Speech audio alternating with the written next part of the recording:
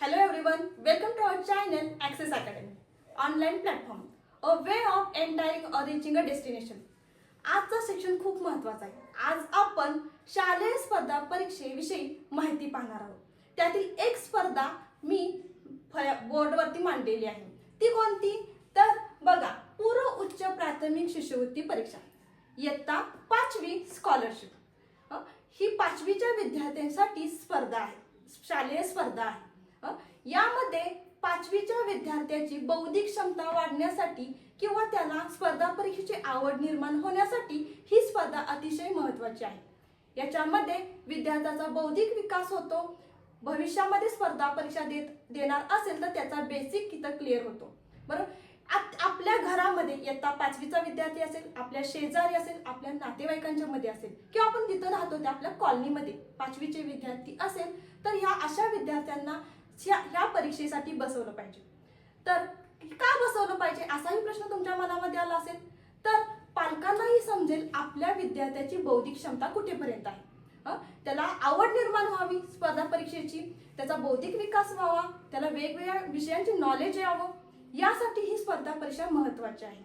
आणि त्याचबरोबर याच्यामध्ये शिष्यवृत्ती सुद्धा मिळणार आहे. बरोबर. अशा पद्धतीनं ही परीक्षा आपण दिलीच पाहिजे. ओके. आता ही परीक्षा म्हणजे या परीक्षा द्यायची कशी किंवा नेमकं पेपर पॅटर्न काय असेल हा प्रश्न तुमच्या मनामध्ये आला असेल. तर या परीक्षेमध्ये 2 पेपर असतात. पेपर 2 असतात. तर ते दोन्ही पेपरची मांडणी मी ब्लॅकबोर्ड वरती केलेली आहे. ओके. आता याच्यामध्ये बघा, पेपर फर्स्ट किंवा पेपर पहिला किंवा पेपर दुसरा विषय कोणते आहेत तर मराठी, गणित, बुद्धिमत्ता चाचणी आणि इंग्रजी अशा पद्धतीचे 4 विषय तुम्हाला ह्या परीक्षेमध्ये आहेत. आणि ह्या परीक्षेचा तुम्हाला अभ्यास या 4च विषयांचा करायचा आहे. ओके. आता पेपर पॅटर्न कसा आहे, किती मार्काला प्रश्न असणार आहेत, बरोबर, वेळ किती असणार आहे, कशा पद्धतीचे प्रश्न असणार, हा प्रश्न तुमच्या मनामध्ये आला आहे. त्याची व्यवस्थित मांडणी मी इथे केलेली आहे. ओके. आता ते आपण पाहूया. चला. तर पेपर फर्स्ट, पेपर पहिला, याच्यामध्ये बघा, प्रथम भाषा म्हणजे मराठी. प्रथम भाषा विषय कुठला म्हणजे मराठी. तर मराठीमध्ये काय आहे तर 25 प्रश्न असणार आहेत. मराठीचे किती प्रश्न असणार आहेत? 25. फक्त 25 प्रश्न असणार आहेत. आणि त्याचं मार्किंग सुद्धा सांगितलंय. किती मार्क्स आहेत? फक्त 50 मार्क्स. म्हणजे 25 प्रश्न 50 मार्क्स. म्हणजे याचा अर्थ लक्षात येतोय का? एक प्रश्न तुम्हाला 2 मार्कासाठी असणार आहे. काय असणार आहे? एक प्रश्न 2 मार्कासाठी. ओके. आता त्याच पहिल्याच पेपरमध्ये दुसरा विषय आहे गणित. आणि गणिताला 50 प्रश्न असणार आहेत. म्हणजे इथं थोडंसं गणिताचं वेटेज वाढलेलं आहे. म्हणजे जास्त गणित विषय जास्त मार्कांसाठी विचारलेला आहे. किती तर 50 प्रश्न असणार आहे. याचा अर्थ मार्क्स सुद्धा जास्त असणार आहे. याचा अर्थ किती 50 प्रश्न 100 मार्क्ससाठी असणार आहे किंवा 100 गुणांच्यासाठी असणार आहे. म्हणजे पहिला पेपर इथं कव्हर होतोय. म्हणजे काय तर प्रथम भाषा मराठी आणि गणित दोन्ही विषय एकत्र असणार आहेत. 25 प्रश्न मराठीचे, 50 प्रश्न गणिताचे. ओके. असे टोटल झाले प्रश्न तुमचे 75. पेपर 1 मध्ये किती आहेत प्रश्न? 75. ओके. आणि गुण आहेत किती? हे 50 आणि हे 100. असे टोटल झाले 150 गुण झालेले आहेत. ओके.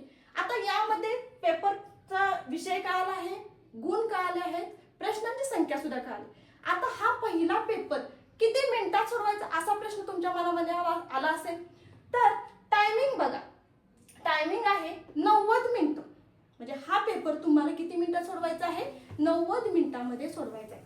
म्हणजे 1 तास 30 मिनिटात तुम्हाला हा पेपर कव्हर करायचा आहे. घड्याळी 1.5 तासात हा पेपर आपल्याला कव्हर करायचा आहे. लक्षात येतंय? ओके. हा झाला पहिला पेपर. इथं तुमचा काही शंका काही नसतीलच, कारण बऱ्यापैकी मी व्यवस्थित सांगितलंय पहिल्या पेपरचं. आता दुसऱ्या पेपरकडे आपण वळूया. दुसरा पेपर पण बघा, तृतीय भाषा इंग्रजी. म्हणजे तृतीय भाषा आपली कोणती आहे? इंग्रजी, इंग्लिश. ओके. आणि बुद्धिमत्ता चाचणी. ओके. आता बुद्धिमत्ता चाचणी आणि इंग्रजीचे प्रश्न ह्या पेपरमध्ये असणार आहे. ओके. आणि इंग्रजीचे पण प्रश्न तुम्हाला किती आहेत? 25 प्रश्न आहेत. आणि गुण आहेत 50. मराठीला जसं होतं तसंच. आता गणिताचं जसं वेटेज जास्त आहे तसं बुद्धिमत्ता चाचणीचं सुद्धा वेटेज जास्त आहे. म्हणजे जास्त मार्काला तो विषय विचारलेला आहे. आता बघा, 50 प्रश्न 100 मार्काला, म्हणजे बुद्धिमत्ता चाचणी हा जो विषय आहे तो जास्त गुणांच्यासाठी विचारलेला आहे. ओके, आता ह्या पेपर 2 मध्ये सुद्धा प्रश्नांची संख्या बघा किती आहे, 75. प्रश्नांची संख्या किती झाली आहे, 75. म्हणजे इंग्रजी आणि बुद्धिमत्ता दोन्ही मिळून प्रश्नांची संख्या 75 झालेली आहे आणि गुणांची संख्या आहे 150. म्हणजे पेपर 1 तुम्हाला 150 मार्कासाठी आणि पेपर 2 तुम्हाला 150 मार्कासाठी असणार आहे. इथं क्लिअर झालं. दोन्ही पेपर मिळून तुम्हाला 300 मार्काचे पेपर असणार आहे. आणि प्रश्नांची संख्या सुद्धा महत्वाची आहे. प्रश्न संख्या बघा, पहिल्या पेपर मध्ये आहे 75 आणि दुसऱ्या पेपर मध्ये आहे 75. दोन्ही पेपरचे प्रश्न होतात 150. हे मी का सांगाले, कारण मी तुम्हाला पुढे अजून काही माहिती सांगणार आहे, त्यासाठी हे महत्वाचं आहे. ओके, आता हे पेपर पॅटर्न झाला. आणखीन एक महत्वाचं, ह्या पेपर साठी सुद्धा, पेपर 2 साठी सुद्धा काय आहे, सेम टायमिंग आहे 90 मिनिटं. काय असणार आहे, सेम टायमिंग, म्हणजे 1 तास 30 मिनिटं हाच वेळ असणार आहे. म्हणजे घड्याळी 1.5 तासामध्ये हा पेपर तुम्हाला सोडवायचा आहे. आता मला एक प्रश्न म्हणजे तुमच्या मनामध्ये मराठी, गणित आणि इंग्रजी झाला, पण बुद्धिमत्ता असा विषय आहे की तिथं तुम्हाला काय करायचं आहे, तर्कसंगतीचा प्रश्न, म्हणजे तर्कसंगती वापरून तुम्हाला ते प्रश्न सोडवायचे आहे. तिथं तुम्हाला बुद्धीला जास्त ताण देऊन तुम्हाला उत्तरं सोडवायची आहे. अशा पद्धतीने हा बुद्धिमत्तेचा पेपर तुम्ही कव्हर करायचा आहे. ओके, पेपर 1 पेपर 2 समजलं.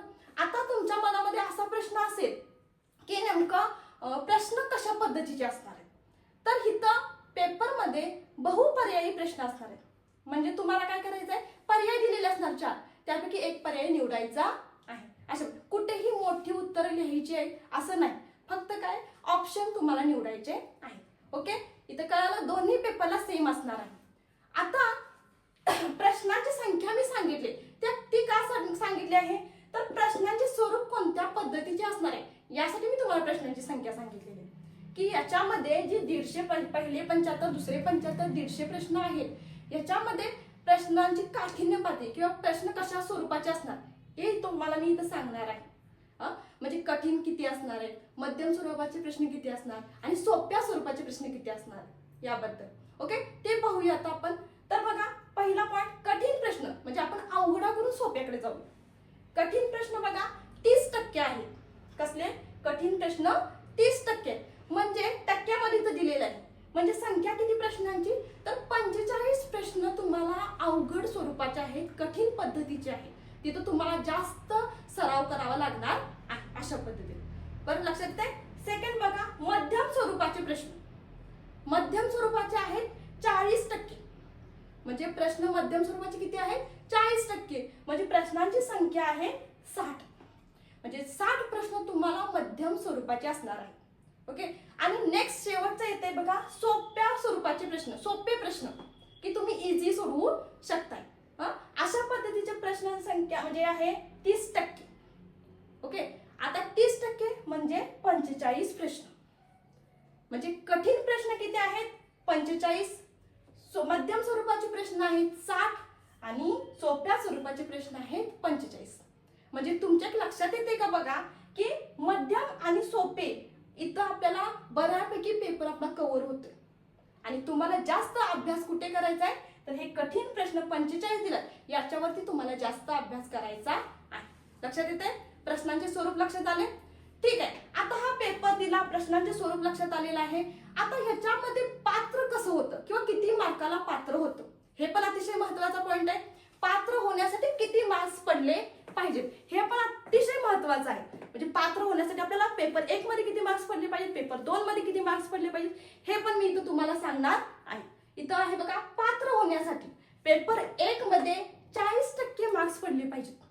पेपर 1 मध्ये सुद्धा तुम्हाला 40% आणि पेपर 2 मध्ये सुद्धा 40% मार्क्स पडले पाहिजेत. 40% म्हणजे किती मार्क्स, तर पेपर 1 मध्ये तुम्हाला 60 मार्क्स पडले पाहिजेत आणि पेपर 2 मध्ये सुद्धा तुम्हाला 60 मार्क्स पडले पाहिजेत. म्हणजे दोन्हींची बेरीज 120 मार्क्स पडले तर तुम्ही या पूर्व उच्च प्राथमिक शिष्यवृत्ती परीक्षेमध्ये काय झाला, पात्र झाला. लक्षात येतंय, काय होता, तुम्ही पात्र होताय. 120 मार्क्स पडले की तुम्ही पात्र झाला. ओके, आता हे पात्र झाल्यानंतर तुम्हाला शिष्यवृत्ती मिळते का किंवा तुमचं नाव गुणवत्ता यादीत येतं का, तसं नाही. तर गुणवत्ता यादीत नाव येण्यासाठी आपलं मेरिट किंवा आपले मार्क्स जे आहेत, गुण आहेत, ते आपले काय असले पाहिजे, जास्त असले पाहिजे. मग जास्त म्हणजे तर आपला पेपर दोन्ही मिळून आहे 300 मार्क्स. पेपर 1 आणि पेपर 2 आहे 300 मार्काचा. याच्यापैकी आपल्याला मार्क्स जास्त असले पाहिजेत. 120 पडले म्हणजे आपण काय झालो, फक्त पात्र झालो. 5वी स्कॉलरशिप मध्ये आपण काय झालो, पात्र झालो. 120 मार्क्स पडले. पण आपल्याला शिष्यवृत्ती मिळवायचं असेल, आपल्याला काही बक्षीस मिळवायचं असेल, तर त्यासाठी आपल्याला ह्या 300 पैकी जास्त म्हणजे आपल्याला जास्त मार्क्स पडले पाहिजे. तर आपल्या 300च्या आकड्यापर्यंत आपण गेलो पाहिजे. आणि अतिशय महत्वाचा अजून एक पॉइंट काय, तर तुम्हाला आपण कोणत्या शाळेमध्ये म्हणजे ग्रामीण लोकवस्तीमध्ये आहे का शहरी लोकवस्तीमध्ये, इथं पण महत्वाचं आहे. म्हणजे आपली शाळा ग्रामीण मध्ये येते का शहरी मध्ये येते, ग्रामीण लोकवस्ती किंवा शहरी लोकवस्ती, इथून फॉर्म आपण भरलाय हे महत्वाचं आहे. म्हणजे कुठून भरलाय याच्यावरून आपलं गुणवत्ता यादीमध्ये नाव येतं. म्हणजे गुणवत्ता यादी 2 तयार होतात. काय, तर ग्रामीण गुणवत्ता यादी तयार होते आणि शहरी गुणवत्ता यादी तयार होते. जर तुमची शाळा ग्रामीण मध्ये असेल तर तुमचं ग्रामीण ह्याच्यामध्ये गुणवत्ता यादीमध्ये नाव येणार. जर तुमची शाळा शहरीमध्ये असेल तर शहरी गुणवत्ता यादीमध्ये तुमचं नाव येणार. अशा पद्धतीनं आपण काय करतो, गुणवत्ता यादीमध्ये नाव चेक करू शकतो. ओके, आणखी महत्वाचं काय बघा, की ही पूर्व उच्च प्राथमिक शिष्यवृत्ती परीक्षा जी आहे, ही दिल्यानंतर आपलं गुणवत्ता यादीमध्ये नाव आल्यानंतर आपल्याला शिष्यवृत्ती मिळते. तर 5वी पास आउट झाल्यानंतर आपल्याला पुढील 3 वर्षासाठी ही शिष्यवृत्ती मिळते. म्हणजे इयत्ता 6वी साठी, 7वी साठी आणि 8वी साठी या 3 वर्षामध्ये आपल्याला काय दिली जाते, स्कॉलरशिप मिळाली जाते, ठराविक रक्कम दिली जाते. आता ती किती दिली जाते, तर राज्य शासनाच्या नियमानुसार किंवा निकषानुसार आपल्याला ती रक्कम दिली जाते. अशा पद्धतीने आता तुमच्या मनात अजून एक प्रश्न असेल की ही परीक्षा नेमकी कोणत्या महिन्यात असते किंवा कधी असते, तर ही आपली जी स्कॉलरशिप इयत्ता 5वीची स्कॉलरशिप परीक्षा आहे ही फेब्रुवारी महिन्यामध्ये असते. फेब्रुवारीमध्ये फर्स्ट वीक किंवा सेकंड वीक मध्ये ही एक्झाम असते. रविवारी एक्झाम असते. दोन्ही पेपर एका दिवशी असतात. पहिला पेपर झाला की ब्रेक असतो, लगेच दुसरा पेपर असतो. अशा पद्धतीने दोन्ही पेपर एकाच दिवशी घेतले जातात. आता असे बघा, आपल्याला ह्या स्पर्धा दिल्या पाहिजेत. म्हणजे ही शालेय स्पर्धा किंवा स्पर्धा परीक्षा दिली पाहिजे, जेणेकरून काय होतं, विद्यार्थ्यांचा बौद्धिक विकास होतो, विद्यार्थ्यांची जडणघडण होते, त्याला स्पर्धा परीक्षेची आवड निर्माण होते. अशा पद्धतीने म्हणजे अशा पद्धतीचे जर व्हिडिओ तुम्हाला पाहायचे असतील तर आमच्या चॅनेलला लाईक करा, शेअर करा आणि सबस्क्राईब करा आणि बेल आयकॉन क्लिक करा, जेणेकरून आमचे नवनवीन व्हिडिओचे अपडेट्स तुम्हाला येत जातील आणि त्याचं नोटिफिकेशन तुम्हाला मिळत राहील. थँक्यू.